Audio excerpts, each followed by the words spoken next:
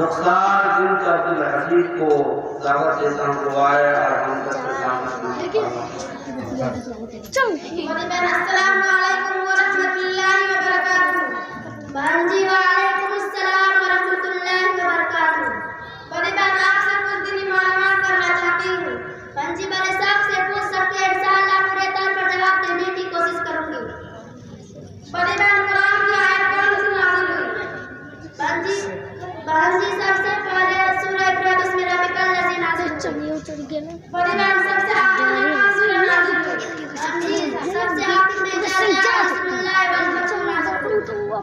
बड़े बहन सबसे पहले किस चीज़ को पैदा किया? भांजी सबसे पहले मोहम्मद सल्लल्लाहु अलैहि वसल्लम की रूह को पैदा किया। बड़े बहन सबसे पहले किस दरख्त को पैदा किया? भांजी सबसे पहले खजूर की दरख्त को पैदा किया।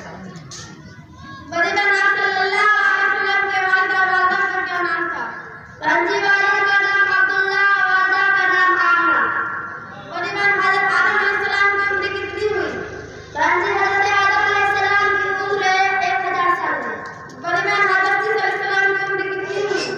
भांजी हज़रत ईसा अलैहिस्सलाम की उम्र 300 पहले जीवित तू भांजी हज़रत ईसा अलैहिस्सलाम की उम्र 912 साल है। बड़े बहन हज़रत कुछ ज्यादा इद्रीस अलैहिस्सलाम की उम्र 365 साल।